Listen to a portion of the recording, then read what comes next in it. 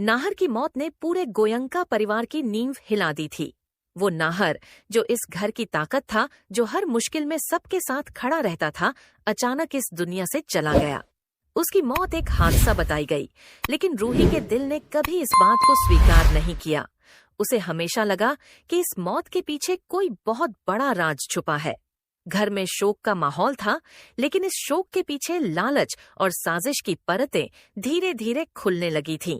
दादी, जो हमेशा परिवार को जोड़ने की बात करती थीं, अब एक ऐसा फैसला लेने जा रही थीं जिसने सबको चौंका दिया। उन्होंने ऐलान किया कि गोयंका परिवार की सारी प्रॉपर्टी अब अग्नि के बेटे रूहान के नाम होगी। रूहान अभी बहुत छोटा था, मासूम था, और उसे इस बात का अंदाजा भी नहीं था कि उसके नाम पर कितना बड़ा खेल खेला जा रहा है। अग्नि के चेहरे पर एक अजीब सी संतुष्टि थी, जैसे उसका सबसे बड़ा सपना पूरा होने वाला हो। लेकिन घर के बाकी लोग इस फैसले से हैरान थे, खासकर रूही, जिसे ये सब बहुत गलत लग रहा था। रूही के दिल में नाहर की यादें हर पल जिंदा थीं। उसे वो दिन याद आते थे जब नाहर ने उसका हाथ थामा था और उसे हर मुश्किल से बचाया था। अब जब वो नहीं था, तो रूही ने खुद से एक वादा किया था, वो नाहर की मौत का सच जरूर सामने लाएगी। उसने अपनी जांच शुरू कर दी थी। हर छोटी छोटी बात, हर शक को वो जोड़ने लगी थी। उसे महसूस हो रहा था कि नाहर की मौत एक साजिश थी, और इस साजिश के पीछे घर का ही कोई अपना था। इसी बीच शहर में एक नए बिजनेसमैन के आने की खबर फैल गई। वो आदमी बहुत रहस्यमयी था, बहुत कम लोगों से मिलता था, लेकिन उसके काम करने का तरीका और उसकी पर्सनैलिटी बिल्कुल नाहर जैसी थी। जब रूही ने पहली बार उसे देखा, तो उसकी सांसें थम गईं। वो चेहरा, वो आंखें, वो चलने का अंदाज, सब कुछ नाहर जैसा था। रूही को लगा जैसे उसका दिल एक पल के लिए रुक गया हो। क्या ये सच में नाहर है, या फिर कोई और जो बिल्कुल उसी की तरह दिखता है? रूही ने उस आदमी के बारे में पता लगाना शुरू किया। उसे पता चला कि उसका नाम आर्यन है, और वो एक बहुत बड़ा बिजनेस टाइकून है जो विदेश से वापस आया है। लेकिन रूही का दिल मानने को तैयार नहीं था कि ये सिर्फ एक इत्तेफाक है। उसने तय किया कि वो उससे मिलेगी और सच जाने बिना चैन से नहीं बैठेगी। दूसरी तरफ अग्नि और दादी के बीच कुछ ऐसा चल रहा था जो किसी को दिखाई नहीं दे रहा था। दोनों मिलकर कुछ बड़ा प्लान कर रहे थे। दादी का रूहान को प्रॉपर्टी देने का फैसला भी इस प्लान का हिस्सा था। अग्नि चाहता था कि सारी दौलत उसके बेटे के नाम हो जाए, और इसके लिए वो किसी भी हद तक जाने को तैयार था। नाहर की मौत में भी उसका हाथ होने का शक धीरे धीरे मजबूत हो रहा था। गोयंका परिवार के कुछ लोग इस नए बिजनेसमैन को घर में लाने का प्लान बना रहे थे। उन्हें लग रहा था कि अगर वो आदमी नाहर की तरह दिखता है, तो उसे नाहर बनाकर घर में लाया जा सकता है। इससे बिजनेस और प्रॉपर्टी दोनों पर उनका कंट्रोल बना रहेगा। ये एक खतरनाक खेल था, जिसमें झूठ और धोखे की बुनियाद रखी जा रही थी। रूही को जब इस प्लान का पता चला, तो वो दंग रह गई। उसे समझ नहीं आ रहा था कि वो इस साजिश को कैसे रोके, लेकिन उसने हार नहीं मानी। उसने तय किया कि वो पहले उस आदमी से मिलेगी और जानने की कोशिश करेगी कि वो असल में कौन है। जब रूही और आर्यन आमने सामने आए, तो दोनों के बीच एक अजीब सा कनेक्शन महसूस हुआ। आर्यन की आंखों में भी एक अजीब सी बेचैनी थी, जैसे वो खुद भी अपने अतीत से अनजान हो। रूही ने उससे सीधे सवाल किए, लेकिन आर्यन के पास कोई ठोस जवाब नहीं था। उसने कहा कि वो सिर्फ आर्यन है, लेकिन उसके दिल में भी कुछ अधूरा था। रूही को धीरे धीरे कुछ सबूत मिलने लगे, जो ये इशारा कर रहे थे कि नाहर की मौत एक प्लान के तहत की गई थी। उसे एक पुरानी रिकॉर्डिंग मिली, जिसमें अग्नि और दादी कुछ बात कर रहे थे। उस रिकॉर्डिंग में साफ था कि नाहर उनके रास्ते का सबसे बड़ा कांटा था। इस सच्चाई ने रूही को तोड़ दिया, लेकिन साथ ही उसे और मजबूत भी बना दिया। उसने तय किया कि वो इस सच को सबके सामने लाकर रहेगी, चाहे इसके लिए उसे कितनी भी कीमत क्यों न चुकानी पड़े। उधर गोयंका परिवार आर्यन को नाहर बनाकर घर में लाने की तैयारी कर रहा था।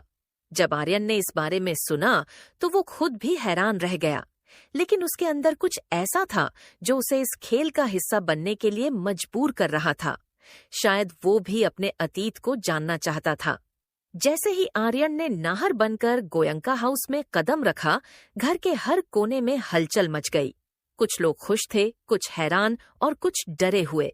अग्नि के चेहरे पर घबराहट साफ दिखाई दे रही थी, क्योंकि उसे लगने लगा था कि उसका राज अब ज्यादा दिन छुपा नहीं रहेगा। रूही ने इस मौके का फायदा उठाने का फैसला किया। उसने सबके सामने सच्चाई लाने की तैयारी कर ली। उसने सबूत इकट्ठा किए और सही वक्त का इंतजार करने लगी। आखिरकार वो दिन आ ही गया जब सबके सामने सच आने वाला था। रूही ने पूरे परिवार के सामने वो रिकॉर्डिंग चला दी। जैसे ही अग्नि और दादी की साजिश सबके सामने आई, घर में हंगामा मच गया। हर कोई हैरान था कि जिन लोगों पर उन्होंने भरोसा किया, वही सबसे बड़े गुनहगार निकले। आर्यन, जो अब तक खुद को समझने की कोशिश कर रहा था, इस सच को जानकर और भी उलझ गया। लेकिन एक बात साफ थी, वो अब इस परिवार का हिस्सा बन चुका था, चाहे नाहर के रूप में या अपने असली रूप में। दोस्तों, अगर आप लोग भी रूही और नाहर को पसंद करते हैं तो अभी इस वीडियो को एक लाइक करके चैनल को जरूर से जरूर सब्सक्राइब करें। रूही की लड़ाई अभी खत्म नहीं हुई थी, लेकिन उसने पहला कदम जीत लिया था। नाहर की मौत का सच सामने आ चुका था और अब इंसाफ की शुरुआत होने वाली थी। ये कहानी सिर्फ एक मौत की नहीं थी। अस्पताल के उस कमरे में जहां मशीनों की बीप बीप गूंज रही थी, नाहर की खुली आंखें किसी अजनबी दुनिया को देख रही थीं। उसके सामने खड़ी रूही, जिसकी हर सांस नाहर के नाम से जुड़ी थी, आज उसी की नजरों में एक अनजान चेहरा बन चुकी थी।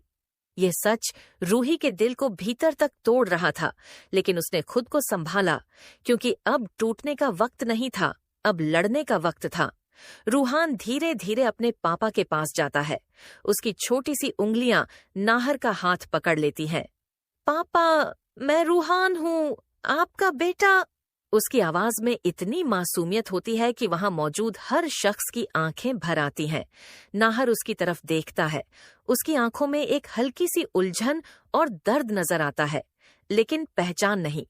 वह सिर पकड़ लेता है, जैसे उसके दिमाग में कुछ जोर डाल रहा हो, लेकिन यादें जैसे धुंध बनकर उसके हाथों से फिसल जाती हैं।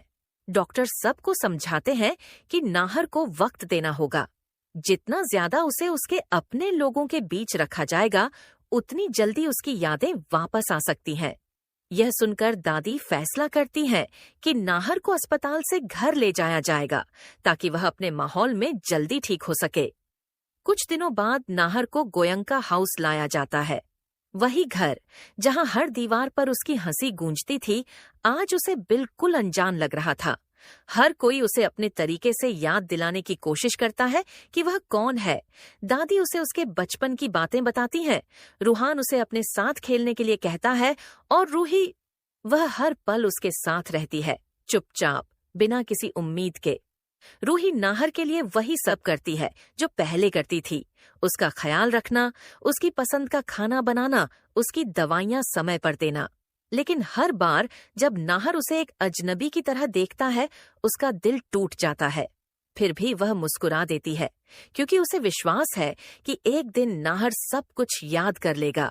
दूसरी तरफ जेल में बैठी अग्नि की हालत दिन ब दिन खराब होती जा रही थी।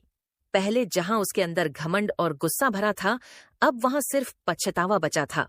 उसे हर रात वही खाई वाला दृश्य दिखाई देता, नाहर का गिरना, रूही की चीख और उसका खुद का कांपता हुआ दिल। वह खुद से सवाल करती रहती कि क्या एक नफरत के लिए उसने इतना बड़ा पाप कर दिया। एक दिन पुलिस इंस्पेक्टर उसे मिलने आता है और बताता है कि नाहर जिंदा है, लेकिन अपनी याददाश्त खो चुका है। यह सुनते ही अग्नि के अंदर जैसे कुछ टूट जाता है।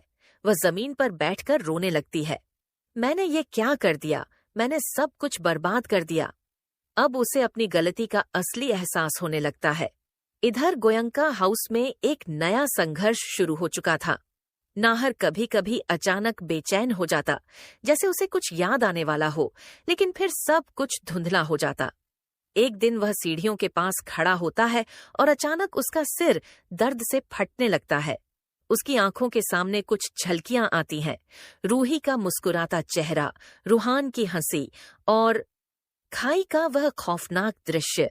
वह जोर से चिल्ला उठता है, मुझे कुछ याद क्यों नहीं आता? रूही तुरंत उसके पास दौड़कर आती है और उसे संभालती है। वह उसे शांत कर